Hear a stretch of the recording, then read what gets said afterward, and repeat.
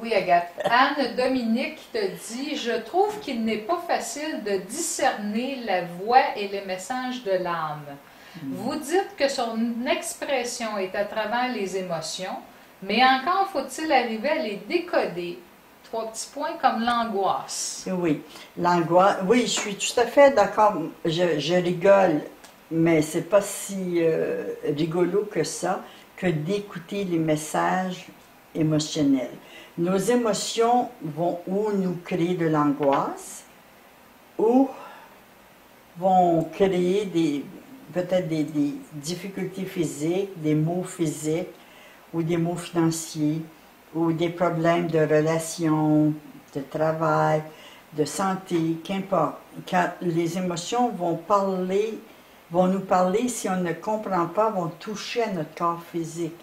Nous avons 7 centrales d'électricité principaux dans notre corps physique qu'on appelle des chakras. Et les émotions, lorsque elles ne sont pas entendues, vont aller bloquer une de ces centrales pour nous obliger à réagir. Et lorsqu'on a des angoisses, c'est que là, il est temps de consulter. Et là, si tu veux, tu peux me consulter. C'est pas pour faire une promotion sur mon travail, mais je suis pas la seule. Tu peux consulter de quoi est faite ton angoisse et qu'est-ce que cette émotion veut te dire dans l'angoisse. L'angoisse est un signal extraordinaire pour s'arrêter et dire il y a quelque chose qui ne va pas.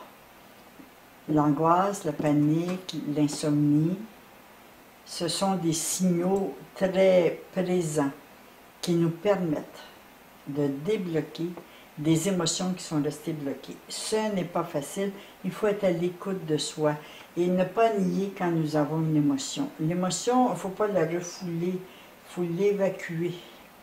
On a appris à refouler, à garder pour soi, à ne pas pleurer, à ne pas dire, à ne pas s'exprimer, à ne pas déranger.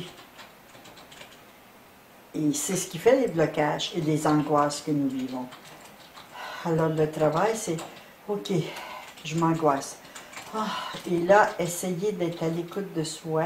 Ça peut prendre un certain temps pour comprendre ce langage-là.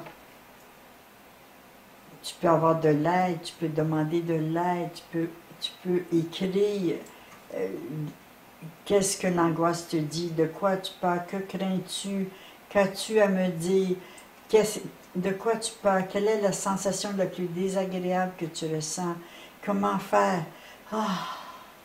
Et là, le souffle permet de dégager des émotions. Ça, c'est une autre technique dont je n'ai pas envie de parler là parce que je prendrais du temps qui n'est pas nécessaire ici. Mais comme le temps est compté, le temps de cette conférence sur l'accomplissement de soi, alors si on veut retrouver la fierté de s'accomplir, et là, ça peut aider tes angoisses à partir. Si tu veux commencer un peu à la fois, d'être satisfaite de ce que tu accomplis. J'ai réussi à ne pas paniquer. J'ai réussi et là, va dégager, débloquer des angoisses qui sont restées dans l'inconscient, dans le mental, à l'intérieur de nous. J'ai réussi. J'ai réussi. Je peux être fière de moi.